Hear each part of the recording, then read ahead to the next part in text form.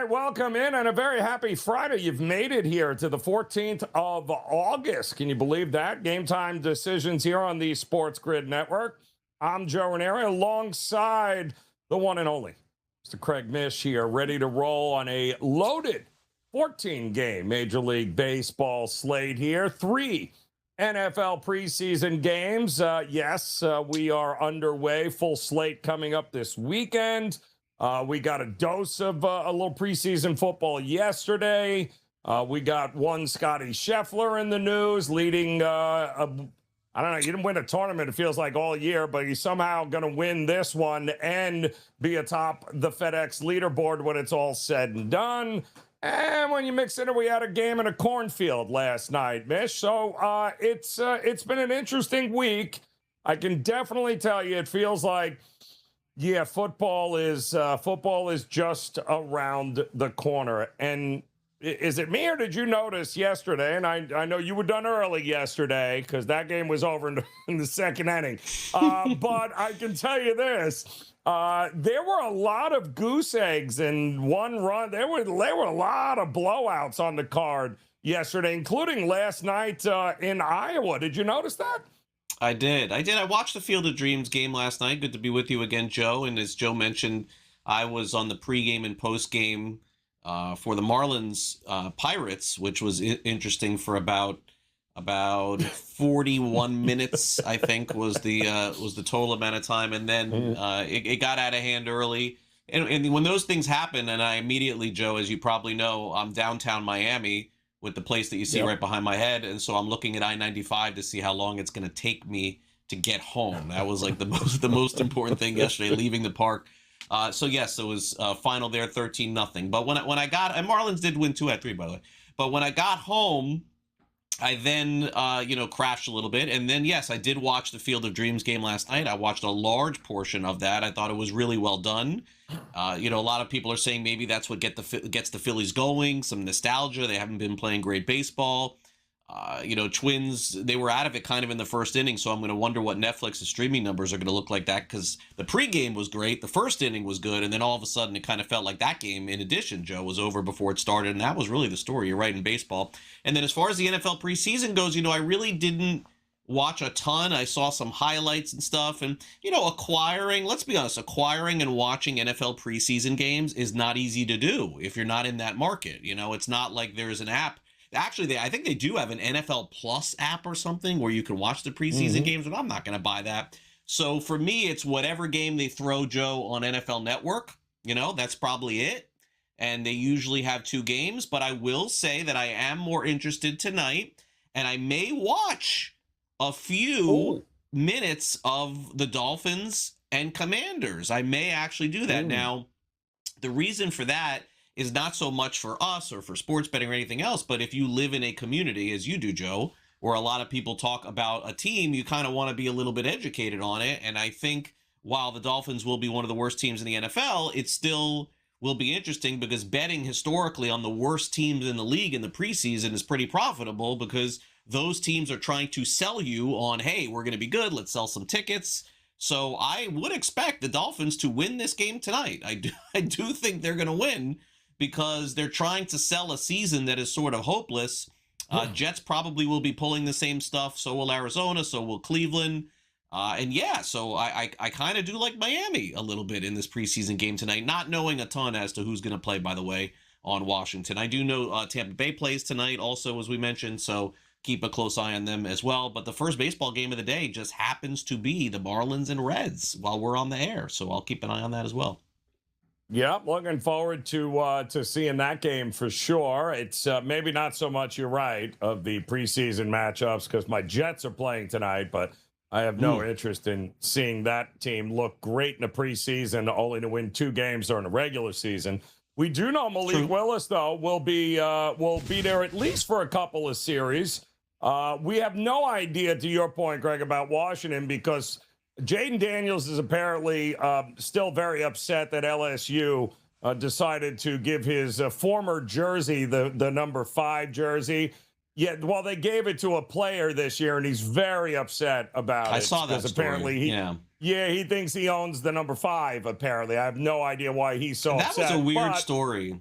Yeah. It's getting weirder. It's getting weirder. Did he play for more than 2 years at LSU?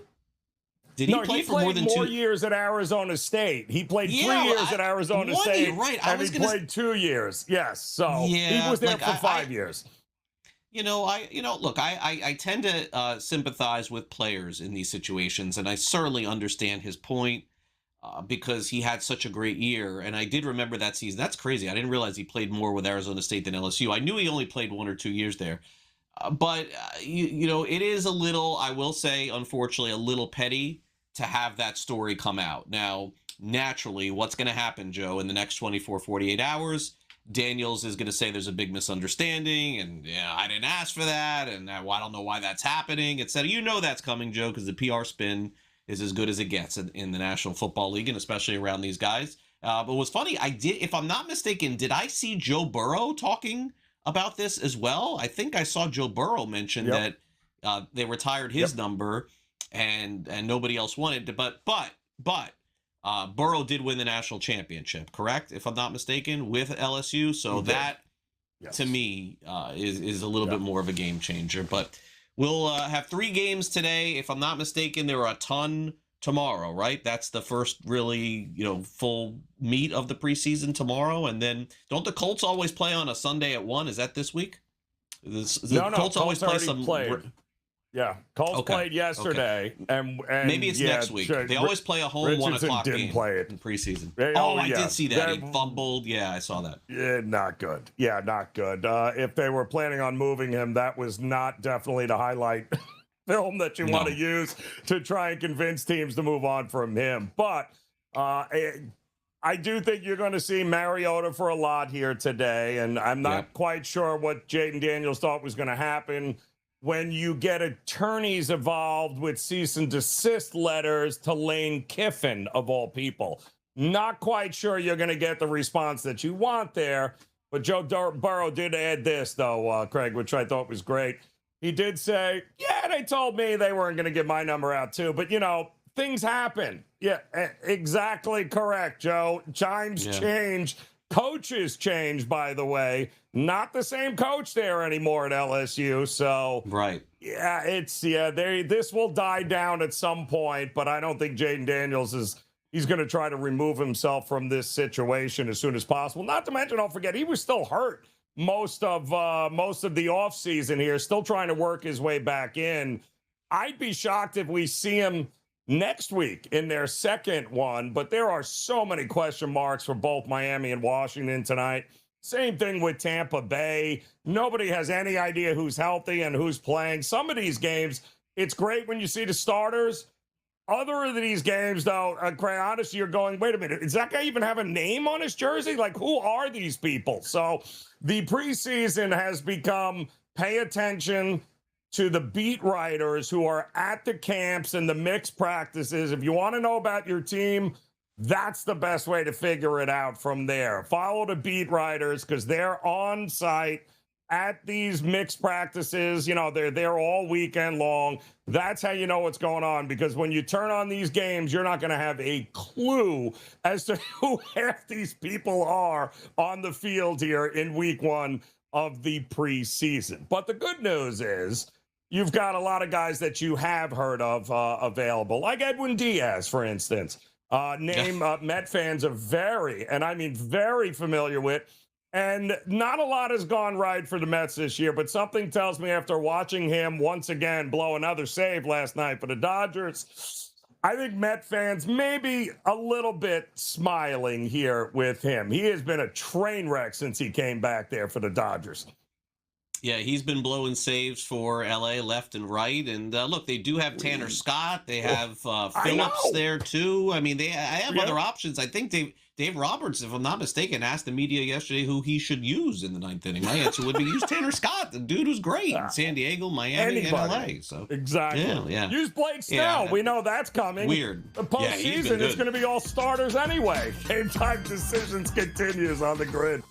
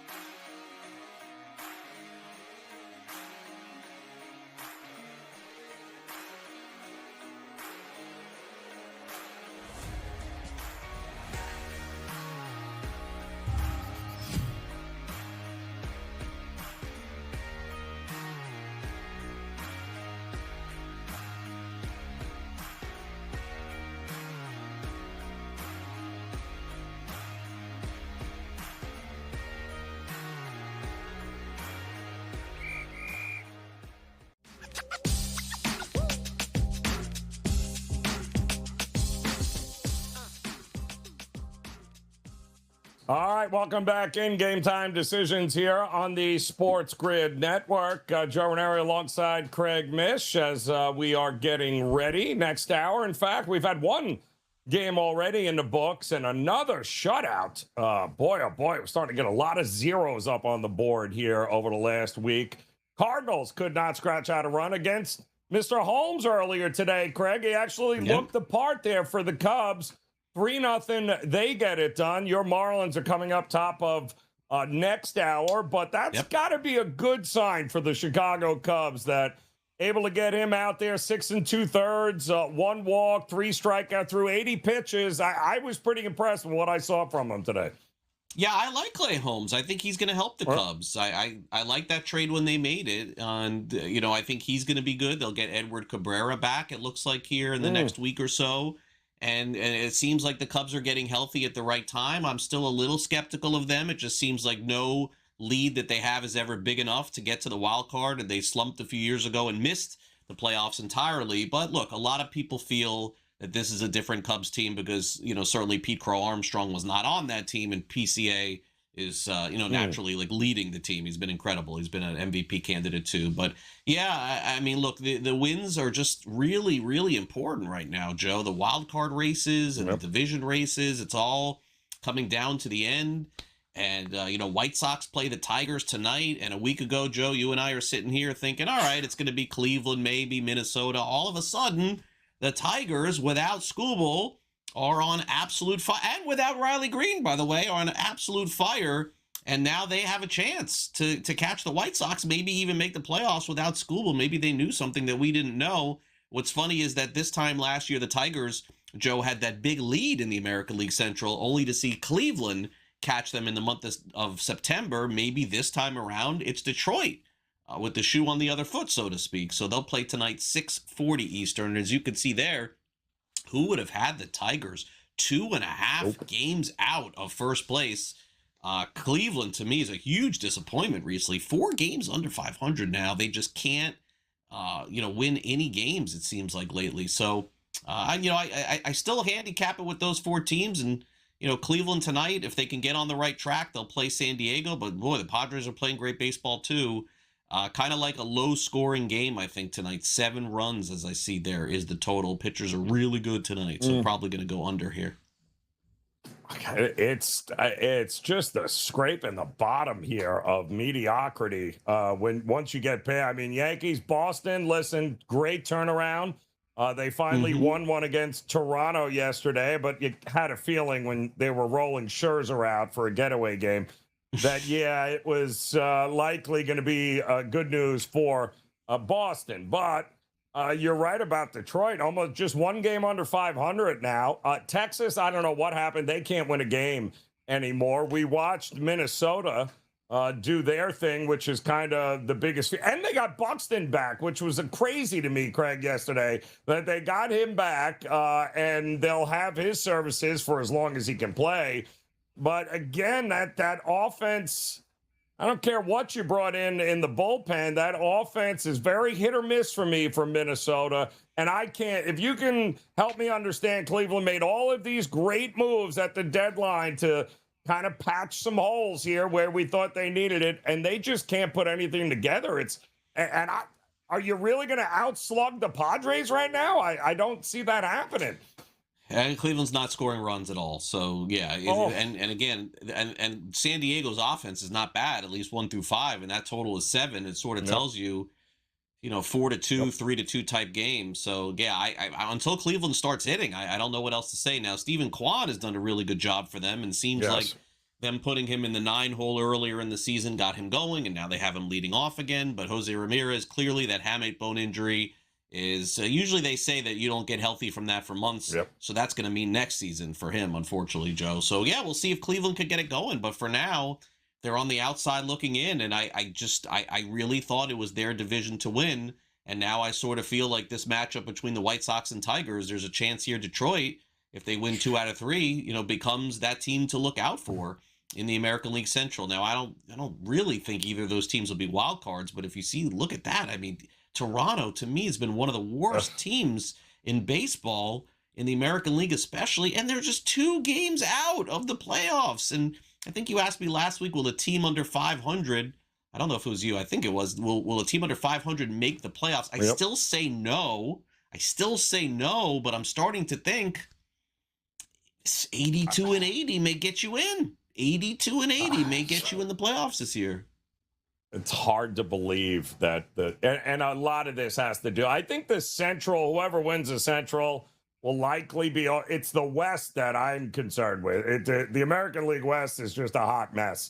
If it's not the Astros, I don't know what to tell them. But even they have now started to go the other way also a little bit here. But if you're Texas, you can't lose 7 of 10 games against the Angels. You just cannot do that. And DeGrom again loses last night. He is yet to win. We found out yesterday he is yet to win a game at Angel Stadium in his career. And I think he's 0-. That's his 5th start last night. Still has not been able to pull off. 0-2 this year against them. I mean, just from bad to worse there for the Texas Rangers. And again, that seems to be a theme this time of year. And I'm wondering, Craig, is it maybe guys running out of steam a little bit here that we're getting so many goose eggs at the middle of August?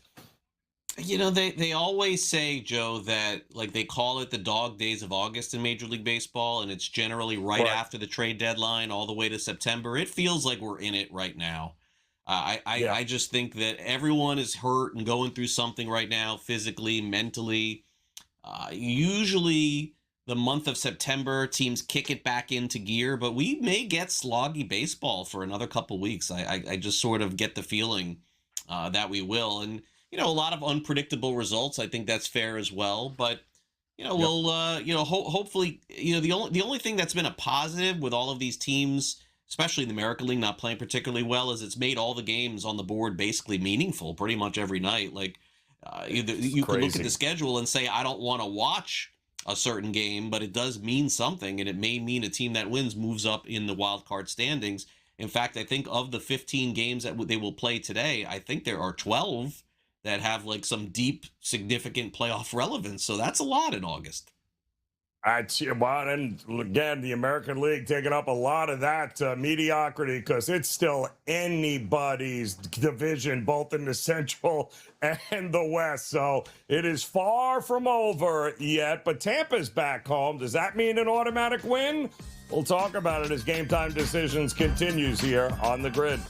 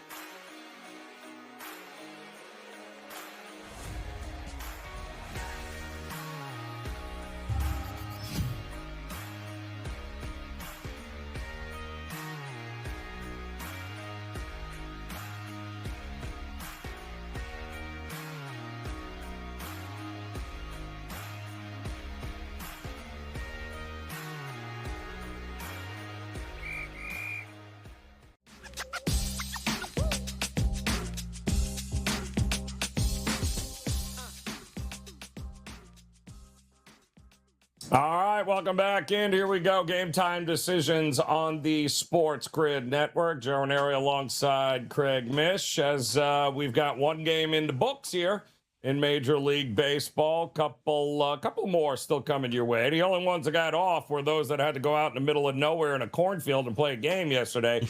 No Phillies or Twins tonight, but they'll be back at it tomorrow. And Craig had mentioned, listen, from this point on, it's not so much that you got most of the league thinking about what cruise am I going to take here in a couple of weeks, and you do have that. But this is all of a sudden down the stretch. We're going to get to the end of this month in 2 weeks, Craig, and we're going to get to September, and there's going to be a lot of meaningful baseball heading right into the middle before the postseason. And to be honest, we may not really know who's got the best record in the National. Will it be the Brewers? I don't know that we're going to have any idea, and it could very well go up to the last day, could it not? Yeah, I think it will. I think a lot of this stuff will. I think the American League wild card is going to go right down to the final day. I think that there's a good shot that the positioning and maybe even the National League wild card does too. So teams just have not separated themselves. I think it's fair to say we probably feel pretty strongly about 5 or 6 teams making the postseason. Like, I think it'd be fair to say that the Dodgers and the Braves and the Brewers are going to be in the playoffs. I think it's fair to say the Tampa Bay Rays will, the Yankees probably will, Boston, and maybe the Cubs. So that's 5, not a guarantee, but it feels like somewhere between 5 and 7 teams will be in, and then the rest are, sort of jockeying for playoff position. What's crazy is that if San Diego, Arizona, if they were in the American League, you'd be like, okay, that's another team too, but they got to play in the National League, which is much tougher. So it's different there. And as I mentioned, you have Colorado playing the Giants tonight. But if you looked at the board, that's, every other game kind of means something. I mean, look, Washington and the Mets, in all likelihood, that's not a playoff game. In all likelihood, Washington will probably not make it. And the Mets, in all likelihood, are not going to, the Mets are not going to make the playoffs too. So, but that's it. Every other game really means something tonight. And so Yankees will play Toronto, as you mentioned. That game's on Apple TV, so that's always a cool broadcast there. Arizona plays against the Braves, and that could be a future playoff matchup too. Tampa Bay, you mentioned, back at home against Baltimore. They're certainly still in the mix. So that's what's made August baseball fun. But you just don't know what the results are going to be because, as you said, it does seem like there's a few games that I've seen recently where the score's been like 3-0 in the third inning, and then that's just like it for the game. Well, let me just say, I'm looking at the standings here, and the difference between Philadelphia, right, who's pretty much tied with San Diego there for that final 2 and 3 in the wild card. Arizona is just a half a game back, but Miami, St. Louis, and Washington. Washington's 5 games back. Okay. St. Louis is 3.5 games. Miami's only 2.5 games back. So that means these next couple of series coming up here through the end of the month, my goodness, you want to talk about meaningful baseball across the board. Given an extra wild card spot, more teams means, more mediocre baseball, but I guess all we want is urgency, right? As fans, sure. Greg, isn't that what it's about? Give me the urgency. Give me guys that are playing for something by the time this calendar turns to September. And I think this is a huge series coming up here with Miami and Cincinnati, because Cincinnati, are they going to lock themselves into a playoff this week? No. But they could both play themselves out of this situation here over the next week too, no? Yeah, I think the Reds really face an uphill battle, I think, to make the playoffs because, simply put, they're just so far. That's a one team that's just so far behind Milwaukee and so far behind the Cubs. And they're going to have to play those teams a lot. I'm just not. I was optimistic at the beginning of the season on the Reds, but I'm really not now. As far, what the interesting part about Miami is, I think it's fair to say you'd rather be in San Diego's position, Arizona's position, and even Philly's position. But Miami plays Philadelphia next week in Philly. Now, that's going to be tough, obviously. And then they play Arizona, and then they play San Diego. So Miami has the games in front of them. And you can't say that about every team. Like Washington doesn't have that same ability to play the same teams Miami does. It's tough. Miami has to go to San Diego, and they have to go to Arizona. That's not what you You'd rather have that on the schedule than not. Let's put it that way, Joe. If they didn't have it, they couldn't get there. Washington doesn't even have the opportunity to do that.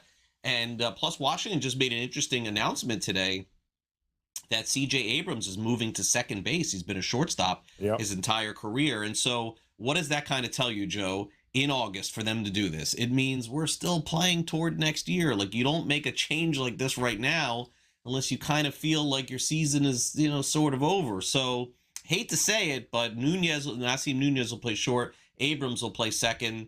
Washington, I thought they were completely cooked and out of it. And then here they are, played some better baseball, back 3 games under 500 after getting smoked for about a week. Yep. So I kind of feel like Washington, Joe, is a little bit of a hot team. I like them at the Mets this week, although my guy's on the mound tonight, Robert Stock. He is.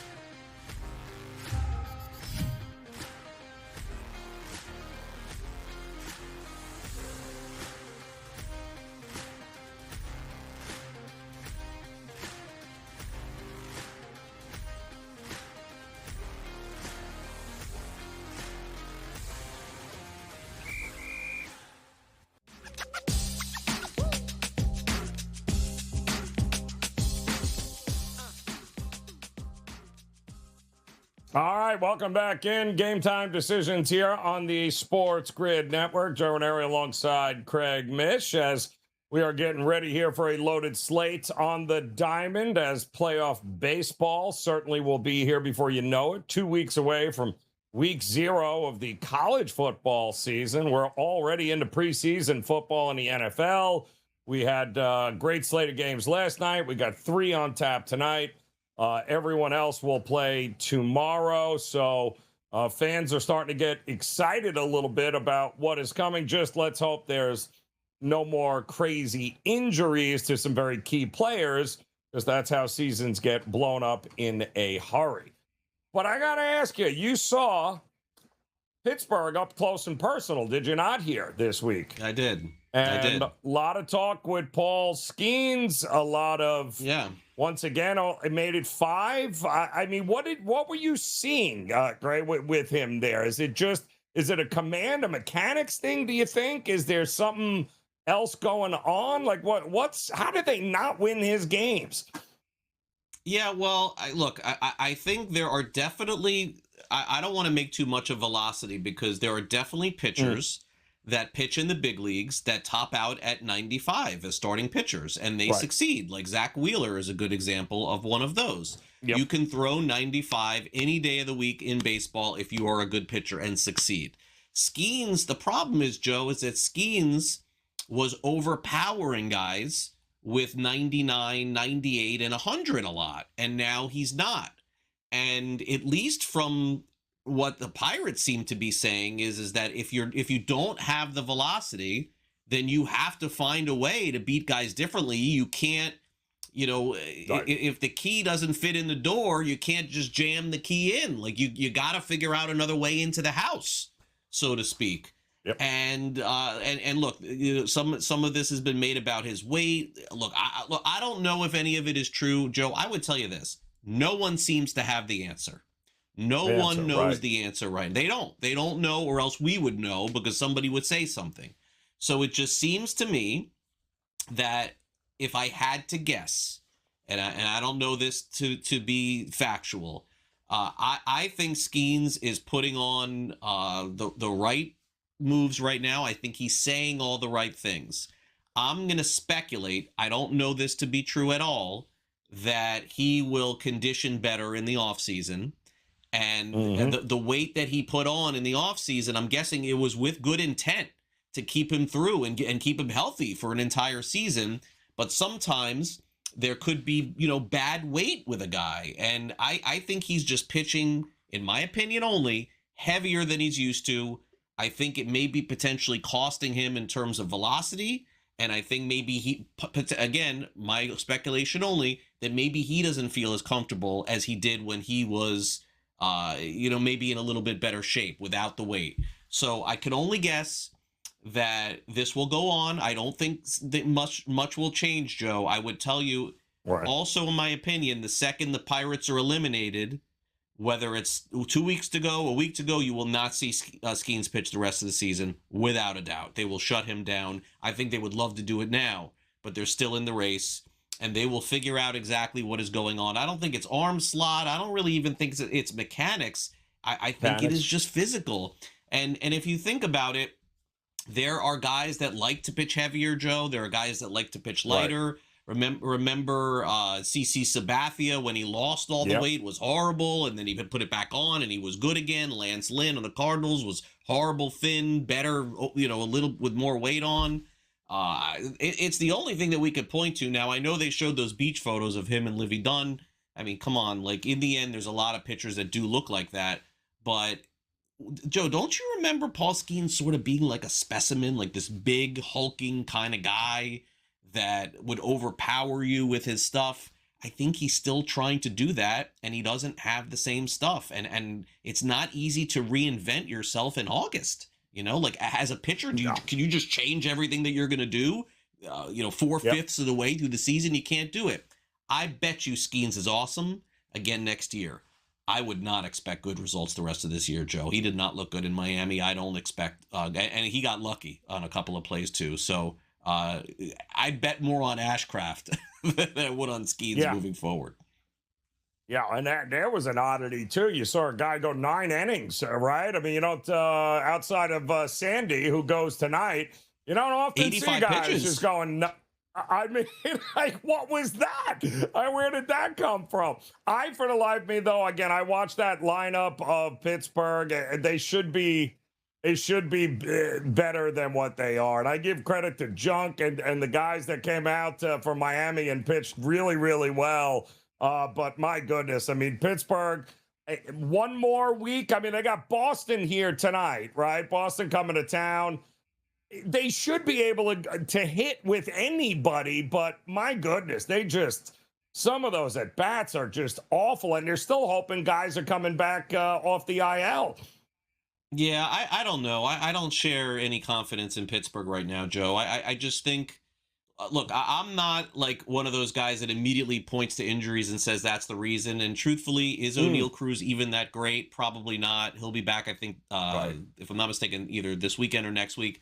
But to me, Joe, they took, the injury to Ryan O'Hearn crushed him, man. Like this guy was having an incredible season, and now it's Reynolds and Brendan Lauer, those guys just trying to do too much. Maybe I did not like what I saw from Pittsburgh this week, and the only thing that you could see there in the standings that does make a little sense why this kind of lines up a little more for them than it would have in the past is, as we talked about, we knew Boston was going to regress back to the mean. They have. Now they're not going to win every game anymore. They're back to being 500.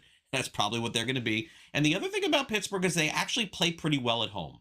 So I do give them a puncher's chance in this series. against Boston. I would probably bet Pittsburgh to win the series, but it would be close. It would be very close for me because they see the first 2 games, Joe, they seem very lifeless. They weren't playing well on defense. Yeah. This kid Valdez, who was doing so well, all of a sudden has now fallen back a little bit. So you're not getting any value at all laying Boston minus money now. Boston is not the same team they were 2 weeks ago, winning every single game. It's over. They're back to being 500. Yep. By the way, 500 for Boston, Joe, the rest of the season gets them in the playoffs. Gets them.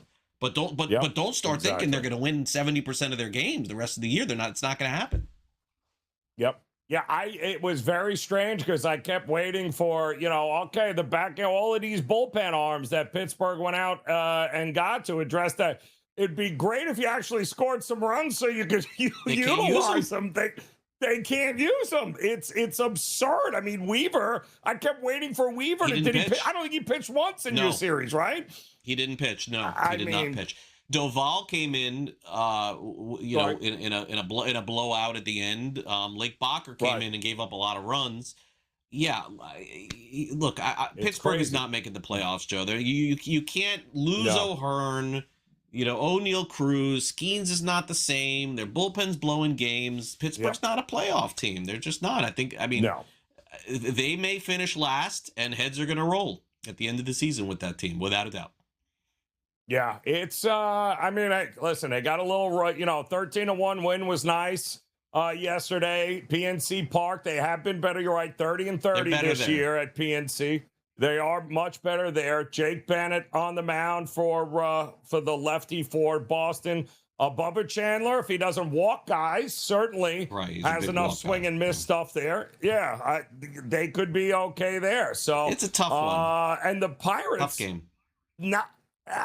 It's hit or miss with them. If they can play from in front and get that bullpen working, they're going to be in some games. But I don't trust, like you said, Boston is coming back down to earth here tonight. Pretty good price. Should Pittsburgh really be a dog, a minus 115 dog at home tonight? No. I'm with you. I think there's some value there tonight with the Pirates. Now, I don't know if there's any value here tonight with Arizona, although I love Brendan Pfaadt. Chris Sale is on the other side, but this is a feisty Arizona team. We'll talk about that game coming up because Arizona's in a fight for the postseason. Atlanta, they already know where they're heading. Who we kid? We'll talk more about it as Game Time Decisions continues here on the Grid.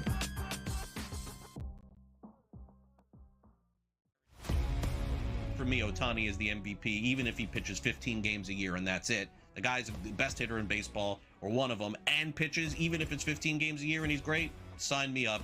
I think he still wins, but I think I like the other investments there. Yeah, I would say we're in total agreement on this. Ohtani's going to win the award, but that doesn't mean that A, he's a good investment at this point, and B, another player isn't a good investment. Pro Baseball Today, only on SportsGrid. What Michigan has to play versus Penn State is insane. Like, instead of Big Ten teams worrying about SEC and all that, like, Michigan fans should not be happy about what Matt Campbell gets to walk into. James Franklin's got to be kicking himself. Penn State do not play Oregon, Indiana, or Ohio State. They avoided the entire Big Three of the conference. It's incredible. In-game live, only on SportsGrid.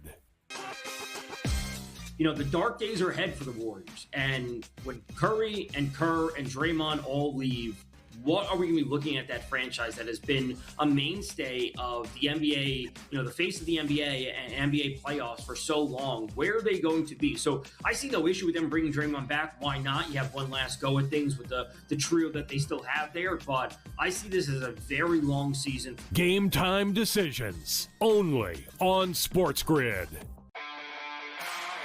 Just can't win the big game. He can't get us in the big game. Well, we got to let him go now because we're tired. We'll keep the quarterback. So, you know what I've been saying? Okay, you kept the quarterback. Guess what? Mr. Lamar Jackson, it's on you now. Hey, it's on you. Absolutely. Right? It's on Lamar. It is. It is totally on him now and the new coaching staff there. Outspoken with Dan Cilio. Only on SportsGrid.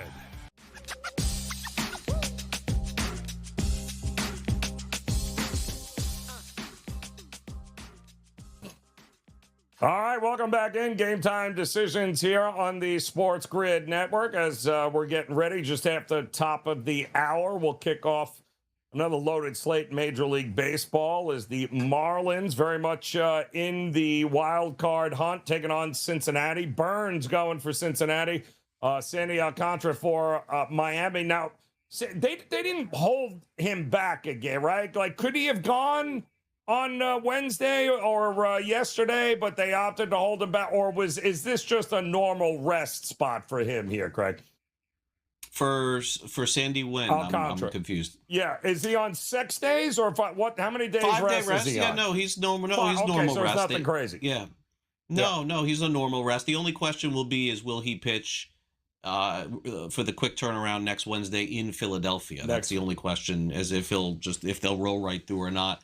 No, he's lately he's been one of the best pitchers in baseball, maybe even better lately than Chase Burns has been too. So look, there's honestly, everyone knows that I don't get involved with the betting with the Marlins, but you cannot expect a lot of runs in this game tonight, Joe. Like that's what I'm thinking. Now you mentioned that Burns. I didn't know this. I don't prep as much naturally for a game when I'm not on it during the broadcast. But you mentioned Burns hasn't been as good lately. His ERA still like minuscule though. It's been good, but he's not what he was. So we're starting to see once a guy starts losing control a little bit, you know how that goes. The walks start to come up, the barrels start to become part of it. And he's being priced like he's a legit ace, but 6 hits, 5 1/3, I think, against the National the last time out, but he walked 3. He struck out. He's walked at least, it looks like, 2 batters or more in 6 straight starts. So, and the last time I think was Phillies before the break. He also walked 6 guys. So another one of the situations where velocity is down. He was up around 97 before the break. Now all of a sudden he's down a little bit slower, and it's that classic. And now you got Hunter Green, who's going to be gone now for a second. Tommy John surgery. They had to use 6 relievers yesterday in that ridiculous game against the White Sox. All their back end guys have been used. So call me crazy. I'm with you. I don't expect a ton of runs, but not a great bullpen. And I think Burns is just overpriced here at this point for what we're getting for him. Brandon Pfaadt and Chris Sale, I think, should be a fascinating one. I saw this one opened up about 8. It was bet up to 8.5 there, Craig. And I'm going, where are the runs coming here to? I give Pfaadt, he doesn't strike out as many guys as he did, but he's giving up weak contact and he's pitching well. But Chris Sale in Atlanta, man, that's always a tough go. But where are the runs coming from here in this one? I don't think there'll be a lot, but look, I mean, Chris Sale is one of those guys that's battle tested in August and a rare pitcher that goes deep, goes 200 innings in a season. I'm not going to fade that. I think Arizona has a chance to win the next 2 games, as a matter of fact, in the series, but not tonight. I am not going to take the Diamondbacks in this one. I would take Atlanta, and again, Atlanta doesn't have a ton of lefty bats. Matt Olson will be the one that Pfaadt will have to be careful with tonight, but it could be 2-0. I mean, it could be 3-1. I would not. That's what I'm thinking. I would not fade Chris Sale. There's a lot of guys, including Zach Wheeler, including Paul Skeens, that is seemingly, pulling back a little bit, maybe getting tired, whatever. Sale's not one of those guys, Joe. Sale is surging right to the end here. No. So, and he's fired up after what happened last game with all the arguing and stuff. I can't do it. I can't make a case on Arizona tonight. Got to take Atlanta. 25 2/3 straight innings without allowing an earned run, Brandon Pfaadt. So, and when I tell you he has come a long way for a guy that he's not Sale, he's not missing bats, but he's got 8 straight starts of 2 runs or fewer since he came off that. They sent him down to work a little something there at AAA, and then he comes back and he's 6-0 there with a 1.32 ERA. And again, 25 2/3. I love Atlanta's line, but Maybe where you're onto are the something. runs coming from? I'm thinking, heck I didn't know we that. got an under. Yeah, he's been really, really good since he's returned here. And, I mean, listen, they're starting to get Riley hitting a little bit better now, finally, Atlanta. I think they are gearing up for what is going to be another postseason run, which should shock none of us here. But they've got an interesting schedule also coming up over the next couple of weeks. But the bottom line is, Atlanta, to me, I don't think Philly's good. I think Atlanta's locked. I think the Dodgers are locked. I think the Brewers are locked in. And then after that, it's okay, because some of these teams I'm not a big believer on at all here. I do not, certainly in American League we talked about, right? I don't think anybody Tampa is Bay, buying. just Tampa. Yeah. Is Tampa Bay going to win a playoff series? They're in the playoffs. I don't know. That I can't say. I don't know. But they're in the playoffs. Yankees most likely, very likely for the Yankees. But Tampa Bay 74-46, Joe. They're going to make the playoffs. It's crazy. Yeah, they're going to make the play. Interesting note there, by the way, tonight. I just noticed this. Orioles seem to be, as you see, they're horrible on the road, maybe punting the end here. Pete Alonso is leading off tonight for the Baltimore Orioles. First time in his career going to lead off in a major league game. So how about that? Oh, it's Pete those Alonso wheels. leading off Those in wheels Tampa he's tonight. got. He said he wants to be the righty Schwarber tonight. He's sneaky good on a base pass. You don't want to, he walks, all of a sudden it's a double there. How do they think they're going to win? They're rolling Chris Bassett out. Like, I didn't even know he was healthy enough to pitch again, but apparently he is. And then Tampa's doing, Steven Matz, I think, is going for Tampa here tonight. I am a little shocked it's not a higher price than what it is here in this spot, but Bassett was just terrible before he went on the IL, and he was. This is a game where I could see runs. This is definitely a game I could see runs coming in. No? Tampa's got who tonight, Joe? Baltimore. Yeah, but who's the pitcher for Tampa Bay tonight? I'm sorry. Steven Matz. Steven Matz is pitching. Oh, Steven Matz. So, yeah, maybe that's why they moved Alonso to the top, because the lefty-righty stuff. I could buy that a little bit, but if you think I'm going to fade Tampa Bay at home, you got to be out of your mind. If I'm going to go against Tampa, it's going to be on the road. Two teams in baseball. There's only two teams in baseball that I will not go against at home, and I would go against LA at home every once in a while. I would not bet against Tampa at home or Milwaukee. I would never go against them at home. Now you're making me bet the Tampa team total over. Way to go, Mish. Game time. For me, Ohtani is the MVP, even if he pitches 15 games a year and that's it. The guy's the best hitter in baseball, or one of them, and pitches, even if it's 15 games a year and he's great, sign me up. I think he still wins, but I think I like the other investments there. Yeah, I would say we're in total agreement on this. Ohtani's going to win the award, but that doesn't mean that A, he's a good investment at this point, and B, another player isn't a good investment. Pro Baseball Today, only on SportsGrid. What Michigan has to play versus Penn State is insane. Like, instead of Big Ten teams worrying about SEC and all that, like, Michigan fans should not be happy about what Matt Campbell gets to walk into. James Franklin's got to be kicking himself. Penn State do not play Oregon, Indiana, or Ohio State. They avoided the entire Big Three of the it's incredible. In-game live, only on SportsGrid. The dark days are ahead for the Warriors. And when Curry and Kerr and Draymond all leave, what are we going to be looking at that franchise that has been a mainstay of the NBA, the face of the NBA and NBA playoffs for so long? Where are they going to be? So I see no issue with them bringing Draymond back. Why not? You have one last go at things with the trio that they still have there. But I see this as a very long season. Game time decisions, only on SportsGrid.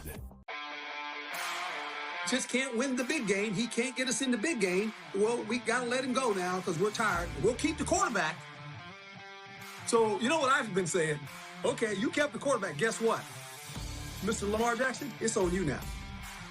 Hey, It's on you. Absolutely. Right? It's on Lamar.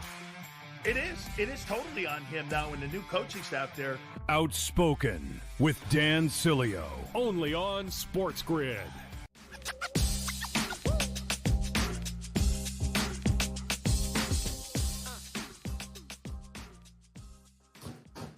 All right, welcome back in. Game Time Decisions here on the Sports Grid Network as we look to close out this first hour together. Plenty of Major League Baseball coming up after the top of the hour, but we do have some NFL news and notes here, especially we got 3 preseason games scheduled here tonight, and it's beginning to sound like, Greg, we have no idea who's playing for most of these teams right That's now. That's always the case. What are you hearing? That's crazy. Yeah, the one thing I mentioned, and I know that like when I said it, I think it was last week or the week before, and for good reason, you looked at me like I was crazy. I understand that, but I truly believe the NFL preseason's going away. I think it's going away completely. I don't even know if we're going to get games. And look at these, like the Washington Commanders tonight, basically. Are playing no one. They're playing no one that will be on the team this season. That's what it would appear. No one. When I say no one, I mean like I suppose third stringers and second stringers have to play somewhat tonight, but they just don't care. It's just when the teams play against each other in these practices, that's all they take seriously. That begins next week. So Washington has all of their inactives out, and it's who you would expect: Terry McLaurin, Jaden Daniels, Kinlaw, all their offensive and defensive players. Miami, because their backups are players, are probably in a better situation than them. I saw the Miami favored by 3.5. I do like Miami tonight there. And as far, Joe, as the Jets are concerned, we thought that Geno Smith was going to take first team snaps in the first quarter. That was my understanding from what I read right before we did the show. But he has a foot issue, they're saying, and so they're just going to exercise caution and not play him tonight. So Cade Klubnik will start tonight for the New York Jets, and Geno Smith will not play. Tampa Bay, by the way, also expected to play no one tonight. So, look, and by the way, Joe, I will say, wow, the Jets are still 6.5. What I would say is, I don't care if there's a preseason or not anymore, Joe. Like, do you? Like, I mean, does it matter? Like, instead of playing the games, and which is a money grab at this point, right? Like, that's all it is to get somebody to pay $50-$60 a ticket somehow. You may say, what do you mean 50-60? The tickets are $100-$200.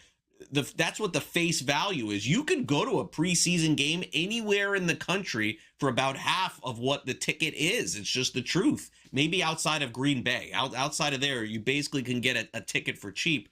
Joe, why not just have these teams forget the line, forget the score, have them scrimmage against each other in the other team's stadium for $10-$20, let everybody come see, and then start the season in September. I mean, honestly, like I know it sounds crazy, but if we're not going to see see any of these games, what is the point? What is the point of even playing these games? I don't know.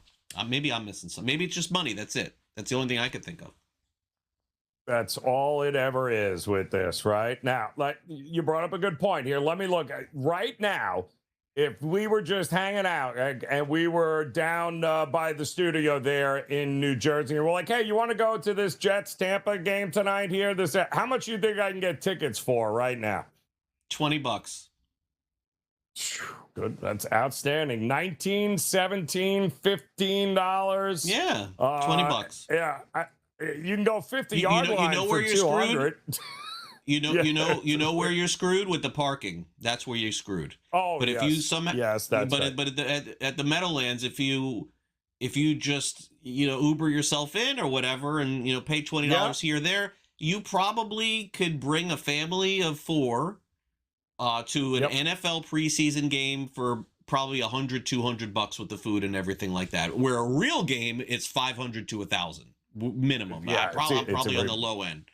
Right. So, but then the thing is, it feels fun. And I've been to preseason games. I've been to a lot of I've been to preseason games in Green Bay, by the way. But it feels a lot of fun. But then you get there, Joe, and after the first quarter, you're like, wow, somebody gifted me these tickets, and now I know why, because this is brutal. Like I could go to any of the Dolphins' home preseason games, just ask somebody, they'll give me the tickets. But Joe, why would I want to go? Like, you're not seeing anything, and you're definitely not seeing anything after the first quarter. There was a lot of value in the NFL preseason in the past. We've talked about this before on the show. First game, always crap. I understood. Second game, you started to see a little bit. Third game, everybody's playing in the NFL preseason. Everyone. The third game of the NFL preseason was similar to an NFL game. Now, there's only 3 games. Nobody plays in 1. Nobody plays in 2. And let me tell you, 3, they won't even come near the field. Like that it's even worse than the first game now.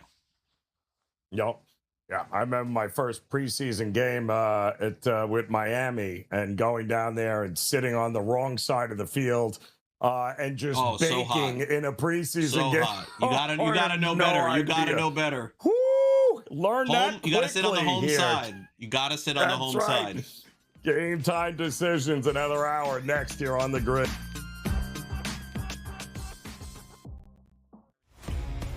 For me, Ohtani is the MVP, even if he pitches 15 games a year and that's it. The guy's the best hitter in baseball, or one of them, and pitches, even if it's 15 games a year and he's great, sign me up. I think he still wins, but I think I like the other investments there.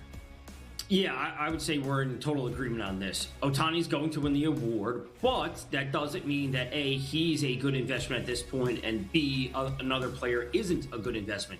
Pro Baseball Today, only on SportsGrid. What Michigan have to play versus Penn State is insane. Like, instead of Big Ten teams worrying about SEC and all that, like, Michigan fans should not be happy about what Matt Campbell gets to walk into. James Franklin's got to be kicking himself. Penn State do not play Oregon, Indiana, or Ohio State. They avoided the entire Big Three of the it's incredible. In-game live, only on SportsGrid. You know, the dark days are ahead for the Warriors. And when Curry and Kerr and Draymond all leave, what are we going to be looking at that franchise that has been a mainstay of the NBA, you know, the face of the NBA and NBA playoffs for so long? Where are they going to be? So I see no issue with them bringing Draymond back. Why not? You have one last go at things with the trio that they still have there. But I see this as a very long season. Game time decisions, only on SportsGrid. Just can't win the big game. He can't get us in the big game. Well, we got to let him go now because we're tired. We'll keep the quarterback. So, you know what I've been saying? Okay, you kept the quarterback. Guess what? Mr. Lamar Jackson, it's on you now. Hey, It's on you. Absolutely. Right? It's on Lamar. It is. It is totally on him now and the new coaching staff there. Outspoken with Dan Cilio, only on SportsGrid.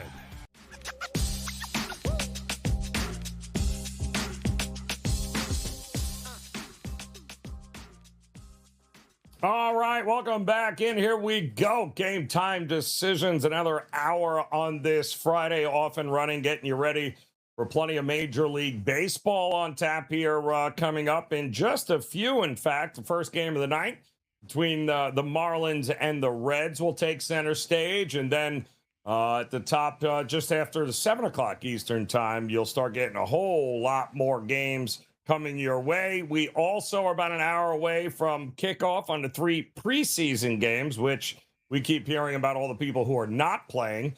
Don't ask us who is, because a lot of that is a bit head-scratching right now. But we got much more still going on here because we are 2 weeks away from college football.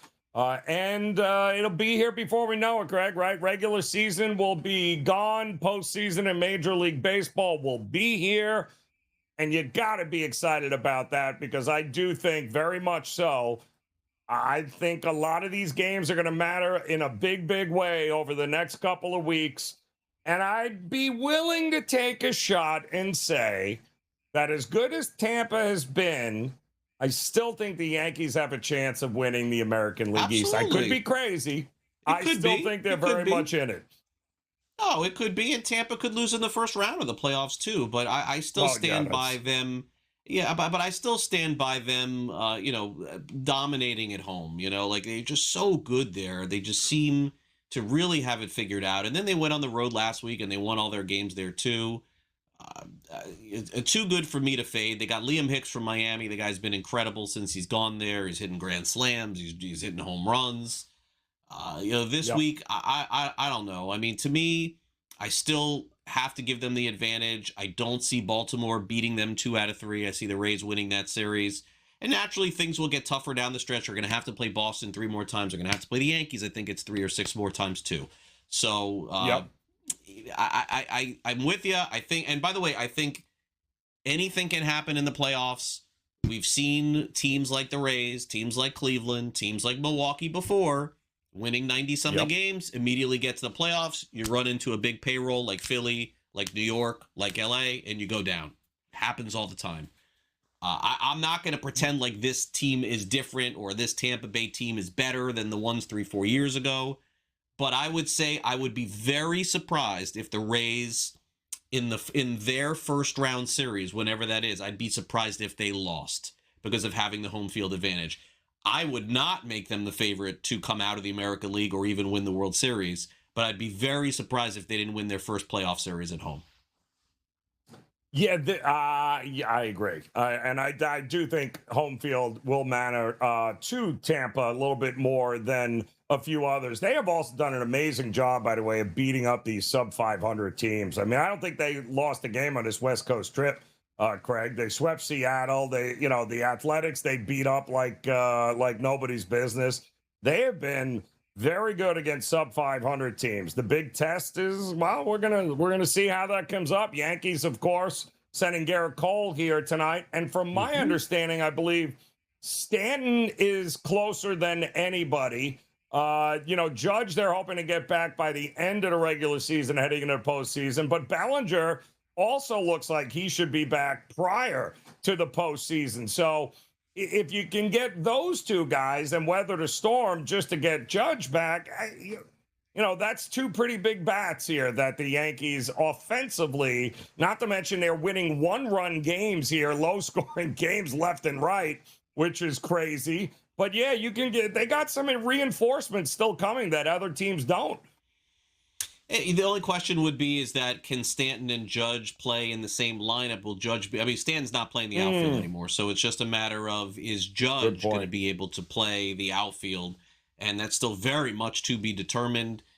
The update that we've gotten on Judge is he's resumed some baseball activities, but Joe, until Aaron Judge goes to AAA and starts playing, he's going to have to go play some minor league games. There's nothing to talk about at this point. I mean, he is going to have to go there for a week, maybe longer than that. And here we are, we're closing in on the end of August and he hasn't started. So I don't know that the beginning of September is even reasonable for Aaron Judge. But yes, they'll get some hitting back. As you saw there in the standings, they're going to make the playoffs. They're 8 games up in the wild card, a few games back of Tampa Bay. I think their spot, that's one of the few teams, Joe, I think their spot is kind of secure where it is. I think they're going to end up being the first wild card team in the American League.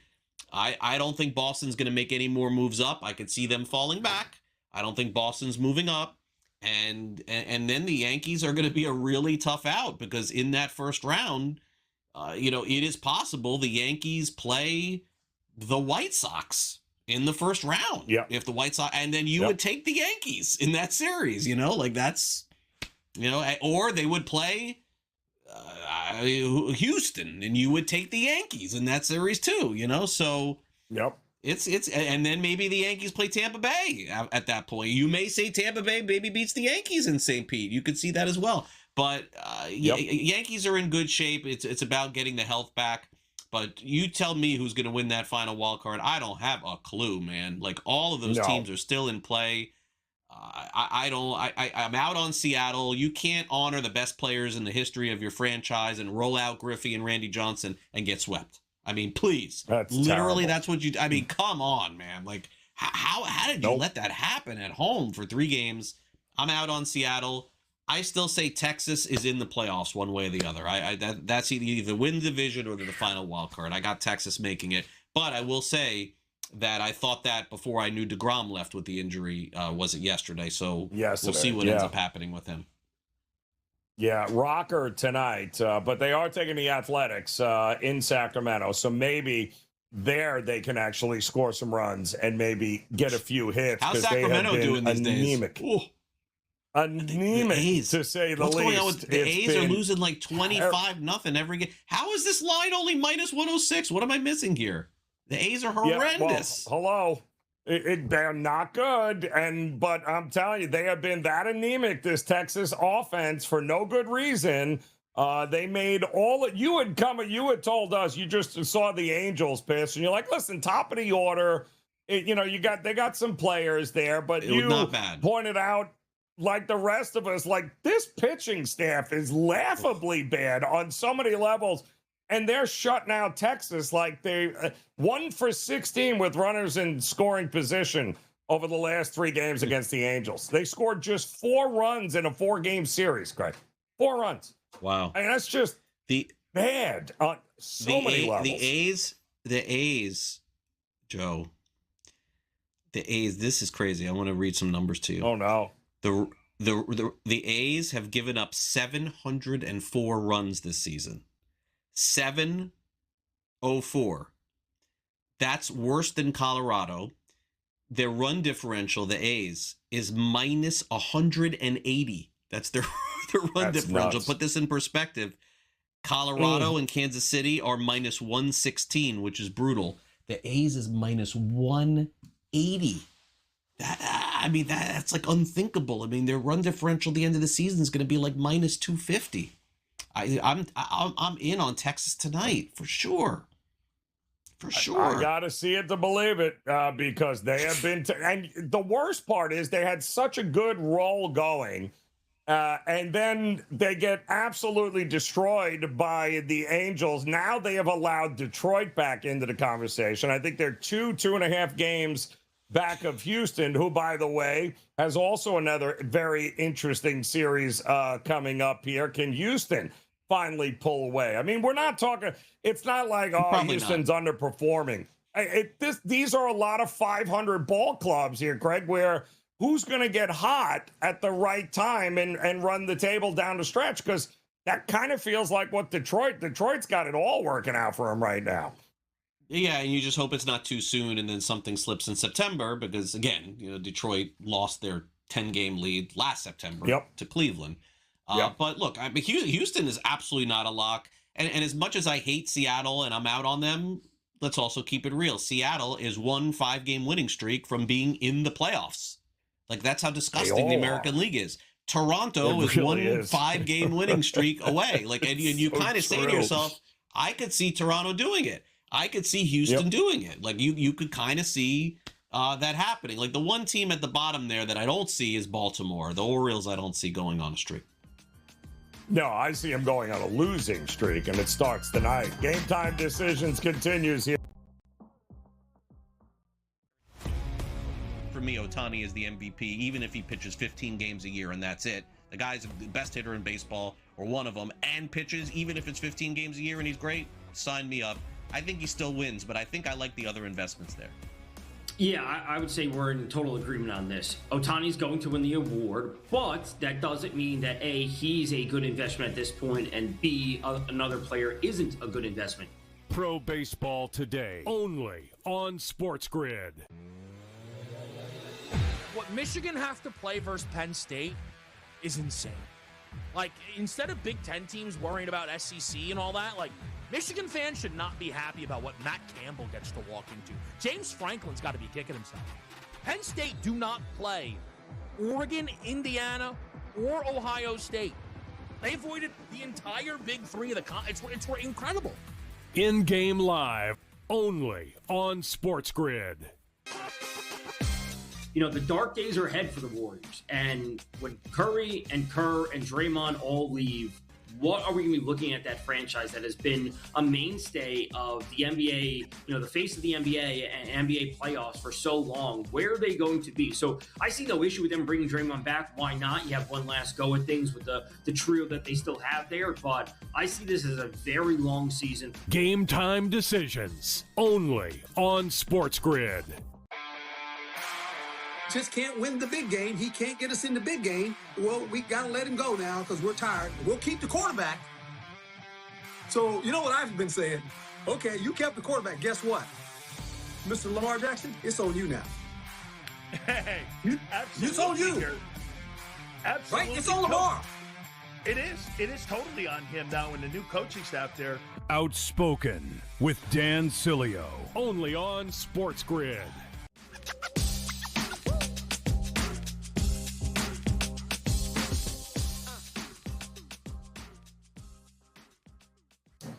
All right, welcome back in. Game time decisions here on the Sports Grid Network. Joe Raineri alongside Craig Mish. One game underway right now. Top of the first, Miami taking on the Reds. Sandy Alcantara taking on Burns here with plenty of implications here for the postseason. We are top of the hour. You'll have in the NFL, Miami taking on Washington, the Jets taking on Tampa, and Denver will be taking on the Atlanta Falcons, who will be looking at Tua in a different uniform here tonight. So a lot going on across the board here, Craig. But and this is a thing we got to be excited about. You said, listen, Seattle is not out of it.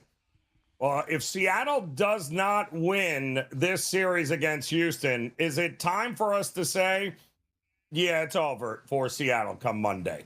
Because if they can't score, look, I think it's over, and I don't see them doing it. I think it's over already, but again, there's so many games. There's really not a lot of games left, but in the 2026 Major League Baseball season, it feels like an eternity is left because everybody stinks.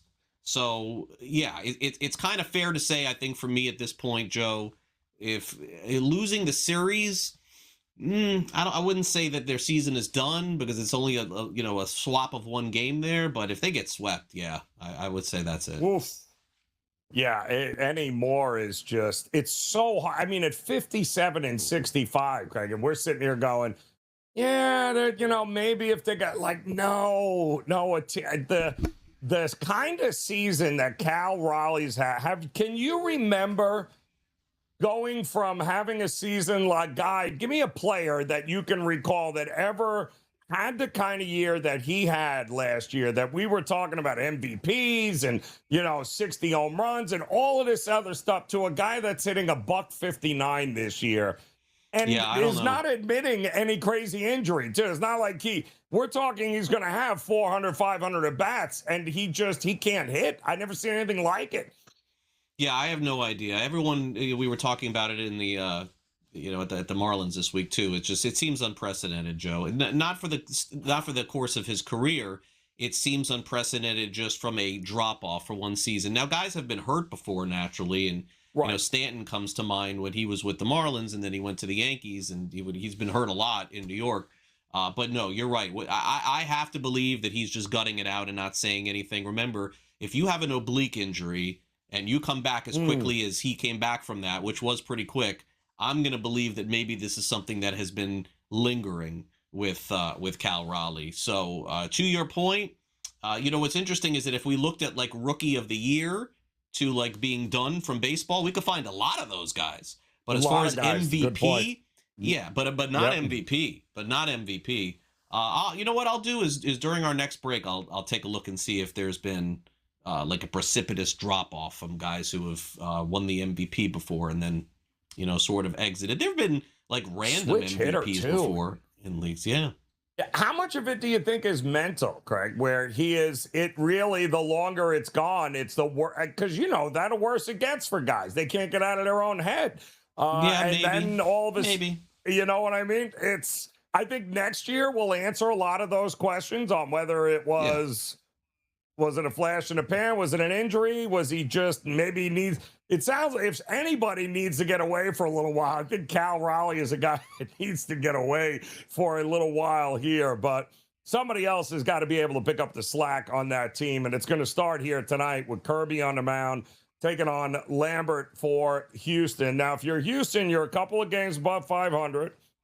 Too many close calls against the Giants in that West Coast. That whole West Coast trip was interesting there against the Padres and then the Giants. But they are at home here. And I still think they're the front runner to, if any team can put 5 wins together in a row with that bullpen and that crazy dude, possible triple crown winner at the helm, it feels like they have the best shot at doing that here, Craig. No? Yeah, I was out on Houston. They've climbed back into it, and I think that they're still a very deficient team. They're a team that has had a negative run differential for the majority of the season. I thought on paper Seattle was better. I thought on paper Texas was better. But the good thing for the Astros, Joe, is that their offense is really good. It seems like they're sort of matchup proof, and they seem to be scoring runs every night. I don't love their pitching, and this isn't like when they had Zach Greinke and Dallas Keuchel and Justin Verlander and Framber. Like, none of those guys are even there anymore. But they slug their way in and out of some problems, and as long as Paredes and Alvarez, and I know Altuve is hurt, but, I mean, you think of Jeremy Pena and Jose Altuve and that punch that they have, 1-2 in the lineup, or 2-3, depending on when they hit them. Joe, that's as good as any team in baseball right now. Those two guys, Jeremy Pena may be having the best season of any shortstop in baseball. And so as long as those guys keep hitting like that, it's going to keep them in a lot of games. And then they do have what, you could make the case Seattle doesn't have and Texas doesn't have, which is Josh Hader. So you get deep into a game and then you expect Hader to be able to close out the game. So maybe it is Houston's on paper, but I would also say, Texas plays Houston late in the season. I wouldn't be shocked to see Texas overtake them. So I'm going to still hold off on Houston, and I really don't think Houston wins a playoff series. That I will say, too. Houston, I agree. We're splitting hairs here because it's one thing to win it and get in it, but it's still very top-heavy, the American League. And all the best teams, they reside in one division, and that's the American League East. It's going to be Tampa, the Yankees, and the Red Sox, like you said, to your 500 ball from here on out, right? That's all they need to do, and they get this thing locked. They are going to be in the postseason, at which point, if you're them, you're okay. Don't do anything, not one of these 8 or 9 straight losing streak. And really, they control their own destiny. And at this point of the season in Major League Baseball, what more do you want, Craig? No, Houston's right there. And as long as and look, they're going to have games against those teams. It's like not good news for them that they have to play Texas and Seattle probably again. But I agree with you 100%. Houston has to be the favorite, and it's by default. It's not like those teams are very good. But I'll maintain any team gets hot in September, I'm not going to be shocked. Like if we close the book on the season in October, and Joe, you said, well, how about Seattle? They finally turned it around, won 5 games in a row, and finished 82-80. Wouldn't shock me, like it could happen. No, I agree. Yeah, we got some opportunities, I think, on this card, not just tonight, but this weekend with some of these series. We'll take a look at some of those numbers. We got an update from Cincinnati as Game Time Decisions continues here on the Grid.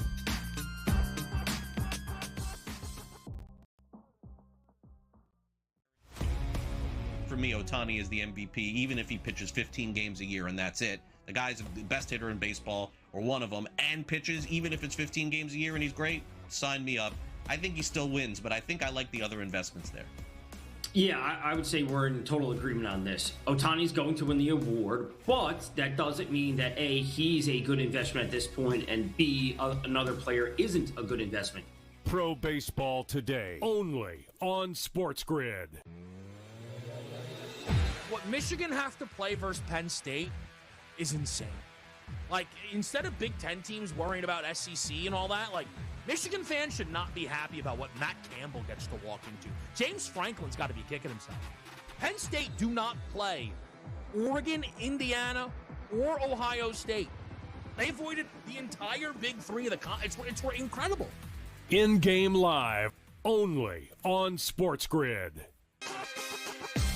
The dark days are ahead for the Warriors. And when Curry and Kerr and Draymond all leave, what are we going to be looking at that franchise that has been a mainstay of the NBA, the face of the NBA and NBA playoffs for so long? Where are they going to be? So I see no issue with them bringing Draymond back. Why not? You have one last go at things with the trio that they still have there, but I see this as a very long season. Game time decisions only on SportsGrid. Just can't win the big game. He can't get us in the big game. Well, we got to let him go now because we're tired. We'll keep the quarterback. So, you know what I've been saying? Okay, you kept the quarterback. Guess what? Mr. Lamar Jackson, it's on you now. Hey, It's on you. Absolutely. Right? It's on Lamar. It is. It is totally on him now and the new coaching staff there. Outspoken with Dan Cilio, only on SportsGrid.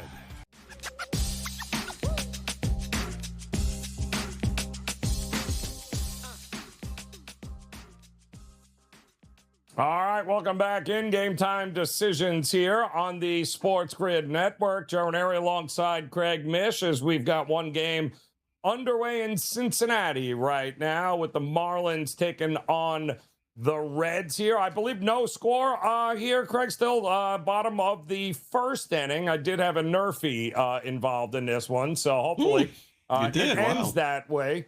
Yeah, a little Nerfy going on here, and I love Alcantara. I think he is former, Cy Young Award winner. Yep. Got hurt, comes back, and there is over the last, month and a half, has there been anybody? It really has been, right? Like, maybe Mizorowski better than him. That's about it. Yeah. No, he's. He hasn't given up a run in 20 innings. This would be 21. It's crazy if he doesn't give up a run here. So, yeah, look, he's been great. Yep. First inning, Xavier Edwards got a hit from Miami, and then nothing happening.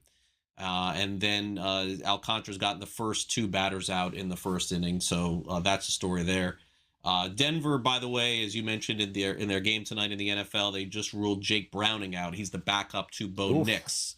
So Connor Bazelak is the starter tonight for the Denver Broncos at quarterback. And then Jalen Daniels, who was a pretty good college quarterback, if I'm not mistaken. I think if I'm not mistaken, Jalen Daniels, Kansas sounds familiar to me. I think he played at Kansas. I think he also played other places too, maybe USC, if I'm not mistaken. He's going to play the second half of this game, Jalen Daniels. So maybe take them in the. He was a pretty good college quarterback, but I mean, obviously, I have no idea what to expect. Yeah, he was. It was a runner too. Mobile quarterbacks in the second half in the preseason games are really where the scoring starts to get involved. There, where guys that aren't pocket passers, the guys that can run, are the guys that will help put up some points there. But Bazelak was a former Missouri quarterback there. It makes all sense in the world. I was looking at the odds board, and the odds board was lining up for Atlanta, who. I mean, Atlanta's at home in this game here, and they were a 3.5, even a 4-point underdog. But boy, oh boy, it got lit up in a hurry, and I'm going, somebody is not playing here last second, and that explains exactly what is going on there. Late night, though, here, after that is over, some interesting games in Major League Baseball here tonight. The series I thought heading into the weekend was the Dodgers and the Brewers. It did not disappoint last night, Greg, although Diaz and that bullpen, that was ugly again, Dodgers. But the Brewers being the Brewers, figuring out ways to be able to scrape out, being scrappy. And it wasn't the long ball this time that did Diaz or the Dodgers in. It was a bunch of singles, a couple of doubles. Next thing you know, they're up 1 run heading into the bottom of the 9th inning. Yeah, look, I don't know why anybody should be surprised that Diaz would struggle. I mean, the guy hasn't pitched all season, so, but there is something to be said, and I do like Dave Roberts, but there's something to be said for, maybe time to pivot just for a bit, bring him into some less stressful situations and use Tanner Scott or use someone else. Unless, is Tanner Scott hurt? Am I missing something? Or they do have some other options, I believe, to get outs in the 9th inning. But look, they paid Diaz a lot of money. They used them all last night. Look, they gotta get Edwin Diaz right, and I understand it. They want to get him right for the postseason, but look, maybe right now is the time to let him ease in a little bit as opposed to using him in the 9th. I agree. They have plenty enough arms in that bullpen to be able to at least weather the storm here and get them right for once the postseason rolls around. And they got the right guy on the mound tonight. Yamamoto is going here tonight, and that should give at least going up against Gasser for the Brewers here. Listen, the Brewers aren't going to beat you with a lot of long ball, right? So can they keep it close enough and low scoring enough where they'll have a chance once that bullpen gets involved again? But the Brewers did use a lot of their back end of the bullpen last night, holding on to win that game, and win it they did to beat the Dodgers. You know, I was a little iffy on the Brewers here. They didn't look great against the Padres there, and I thought they were down 4-2 heading into the top of the ninth, and I said, well, forget about it. They're not going to hit a home run to beat you, but as it turns out, they didn't need the home run to beat them, and that is Brewer baseball to a T right now, isn't it? Yeah, Brewers just, again, they play so many close games. I think if you just took the Brewer, if you honestly could fade the Brewers a little bit by going plus 1.5 on the other team. You're just not going to win the game, but you're going to play a lot of close games. Milwaukee just always keeps it close.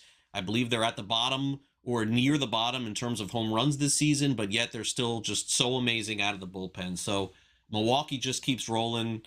They're on pace, Joe, to win, I believe, 98 games or 99 games. So I mean, they're gonna hit close to 100 this year. It's really impressive. Didn't have that on a bingo card for a hit for power. All right, we got much more for you as Game Time Decisions continues here on the grid. For me, Ohtani is the MVP, even if he pitches 15 games a year and that's it. The guy's the best hitter in baseball, or one of them, and pitches, even if it's 15 games a year and he's great, sign me up.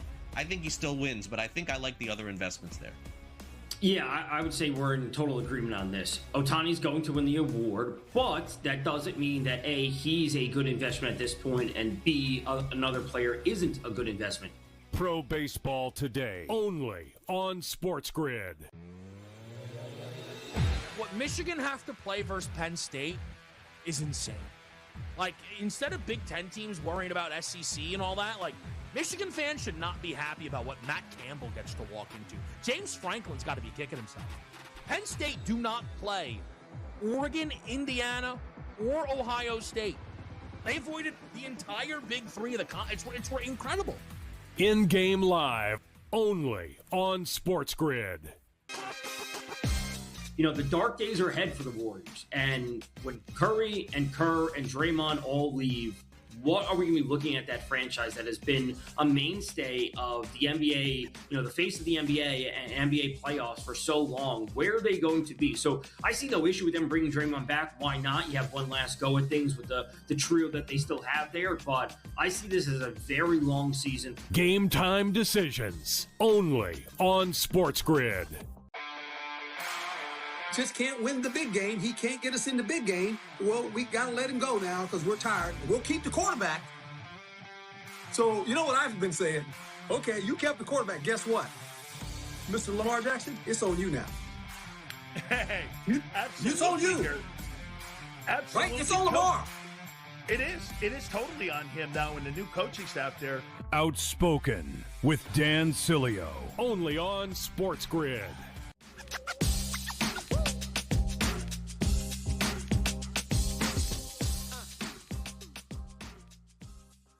All right, welcome back in. Here we go. Game Time Decisions on the SportsGrid Network, and some decisions you're going to have to make here is we only have one game underway right now on a slate tonight here in Major League Baseball. Marlins no score against the Reds at the Great American Small Park there, but a couple of hits so far for the Marlins. Sandy Alcantara on the mound. Burns going for the Reds. We have the Red Sox and the Pirates coming up here in just a few minutes. And then the White Sox and the Tigers.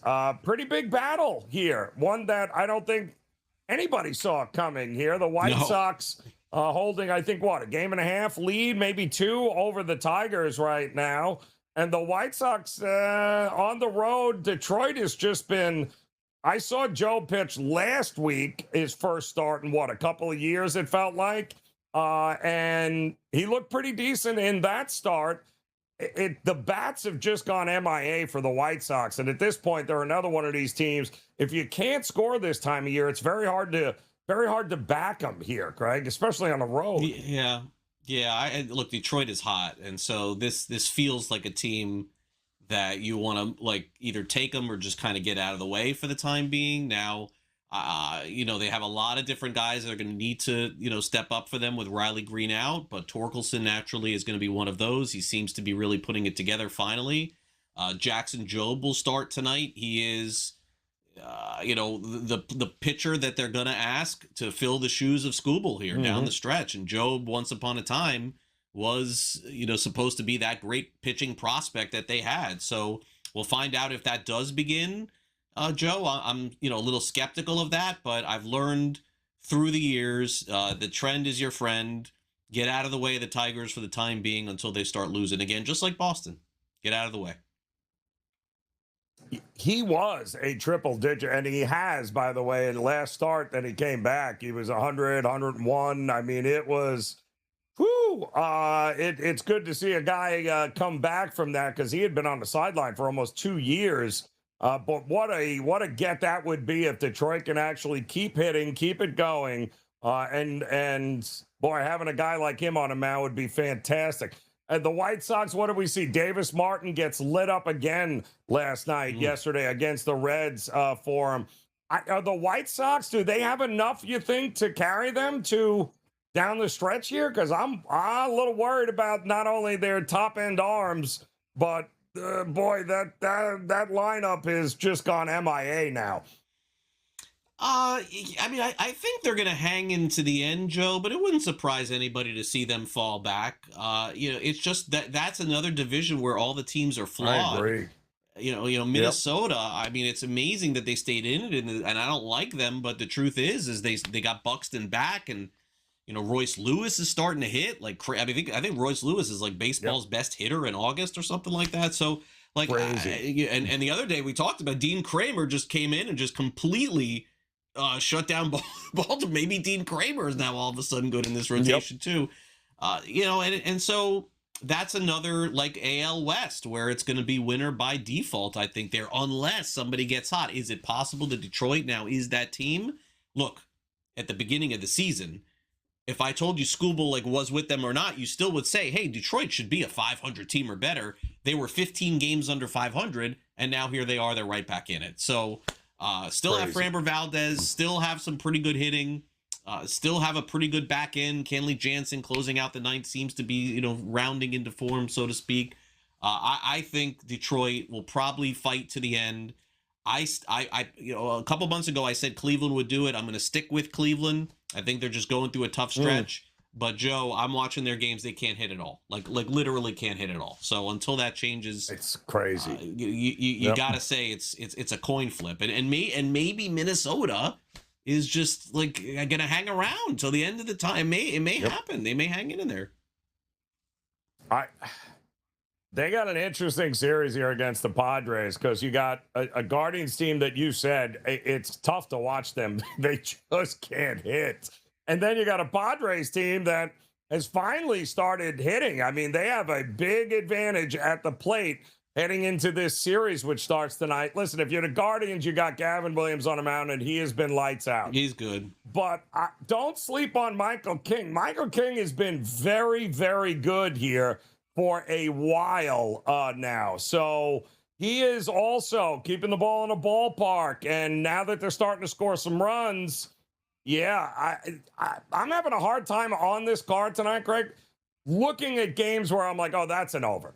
That's it. There's a lot of very good pitching matchups here where I don't know that we're getting a ton of runs in this game here with the Padres and the Guardians.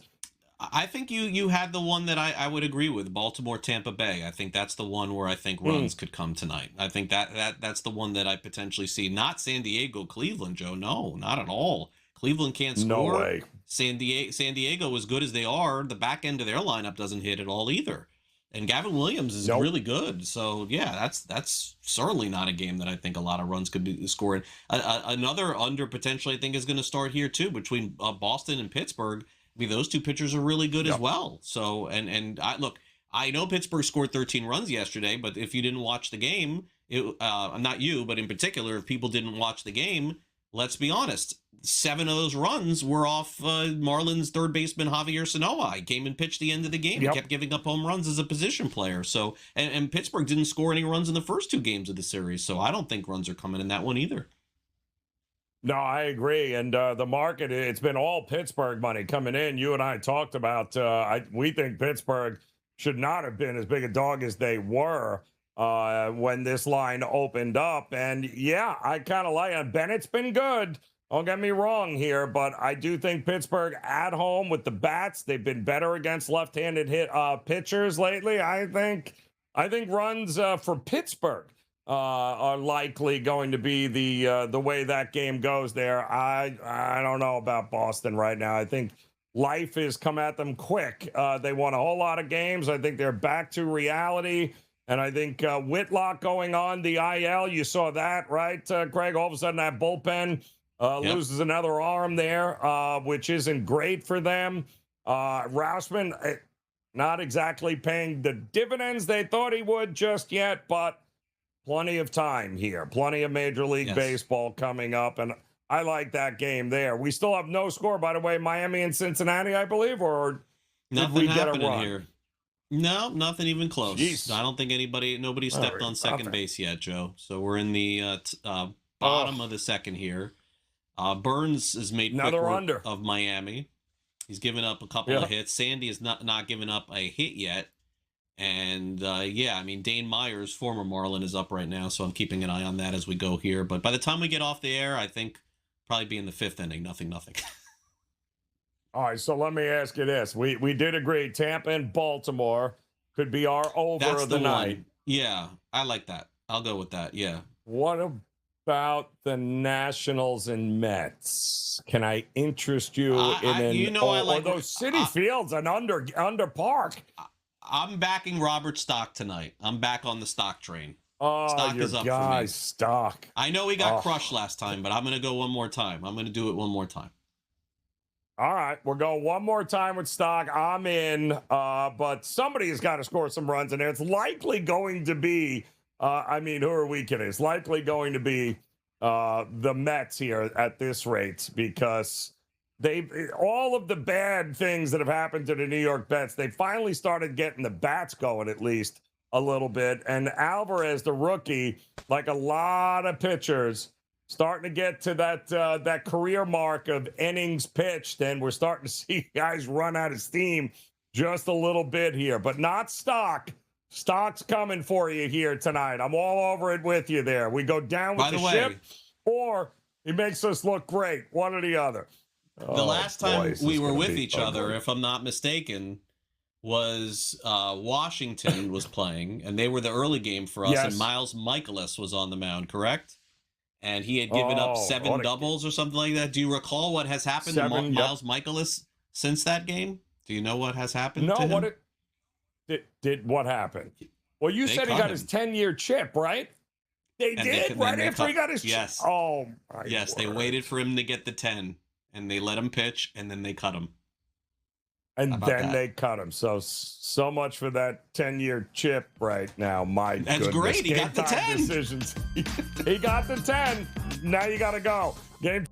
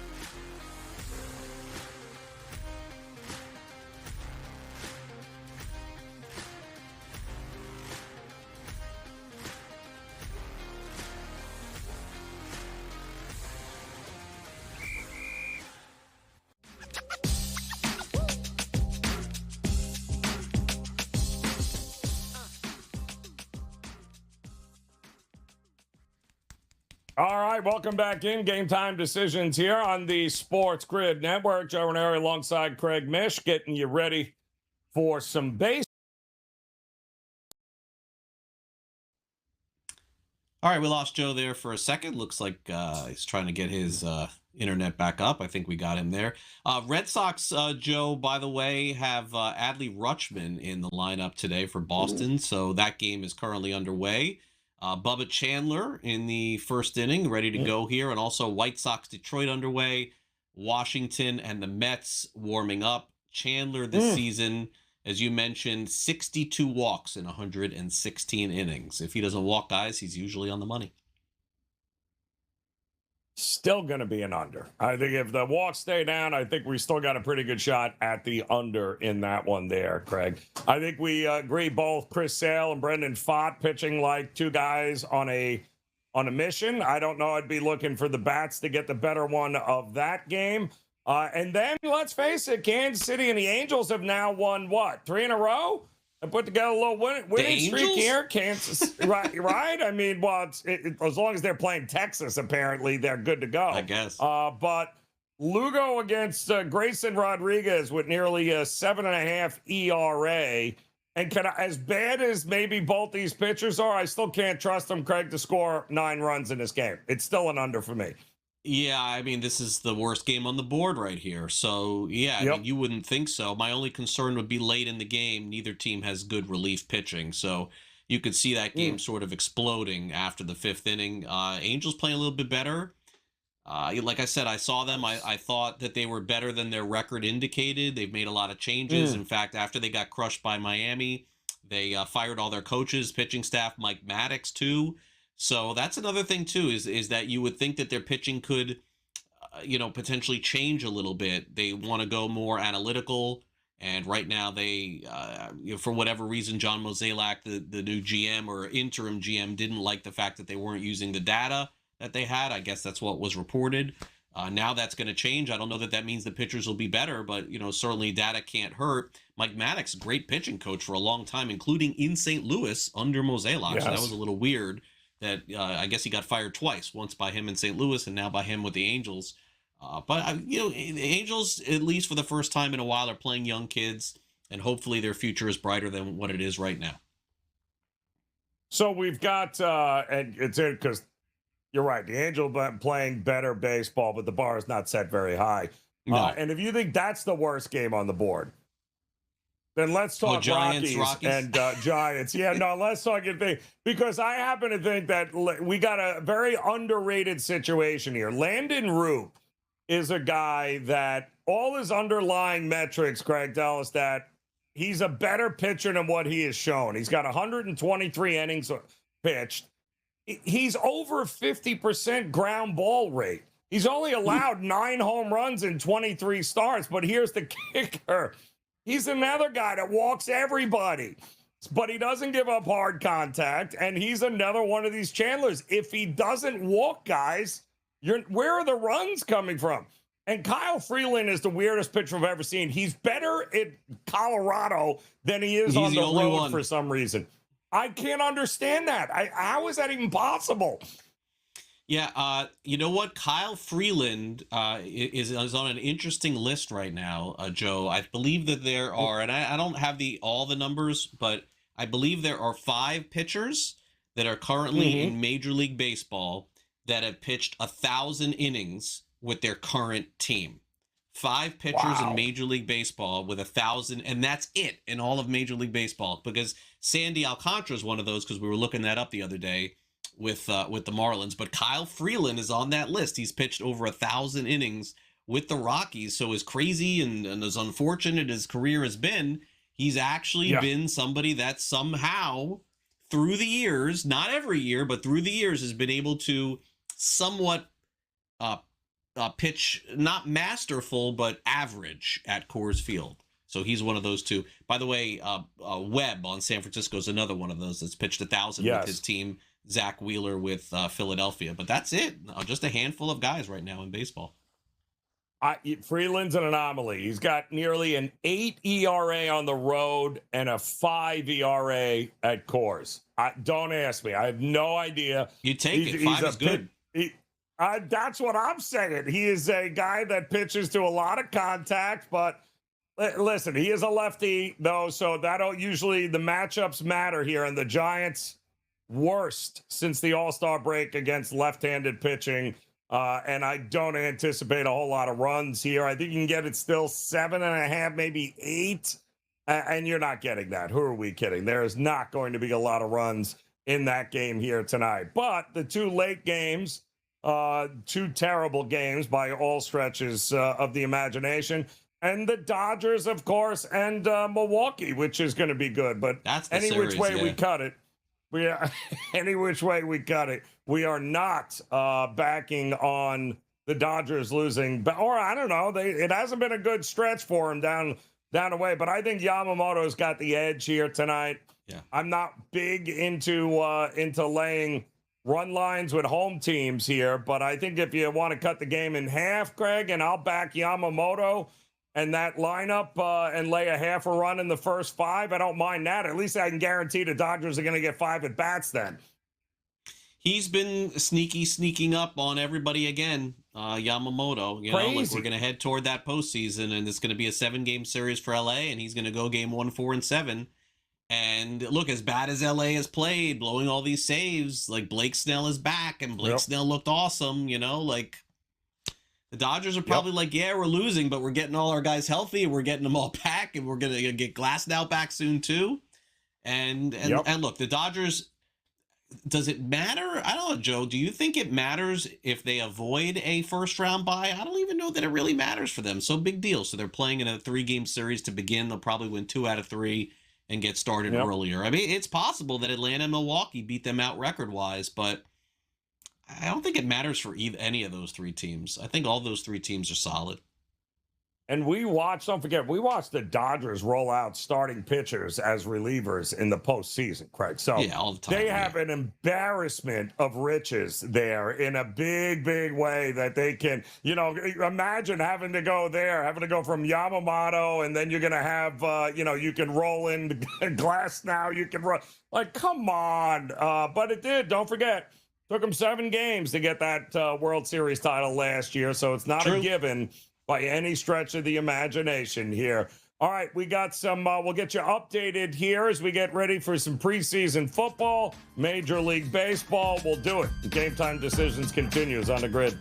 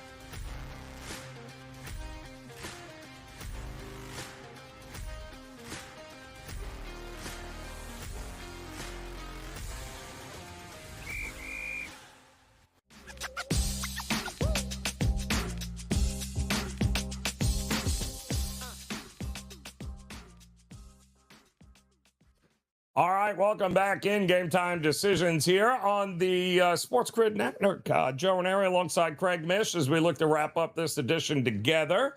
Have no fear, though. In-game live game day is coming your way here with Kevin Walsh and Gabe Morency. They'll keep you updated across the sports betting landscape here tonight. A lot of Major League Baseball coming your way. 3 NFL preseason games. And we were just talking about Major League Baseball announcing that San Francisco will be the location for the 2028 All-Star game. And we were trying to remember who was on that 2007 San Francisco Giants team. And was there anybody? And it was Bruce Bochy. Believe it or not, his first year as a manager. Could you believe that, Craig? Wow. Bruce So Bochy's Buster Posey would have been their catcher. Was Brandon Belt there yet, or he wasn't there quite yet? I don't remember. Bonds was there. In 2007? And this was, it was hosted 2007 at the AT&T Park.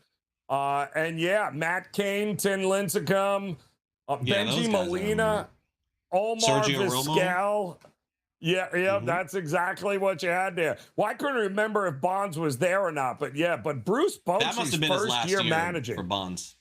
Yeah, that must have been the end for Bonds. Yeah. Yes. Yeah. He broke Hank Aaron's all-time home run record at that spot. Because if I remember correctly, Bonds in his final year said he wanted to keep playing.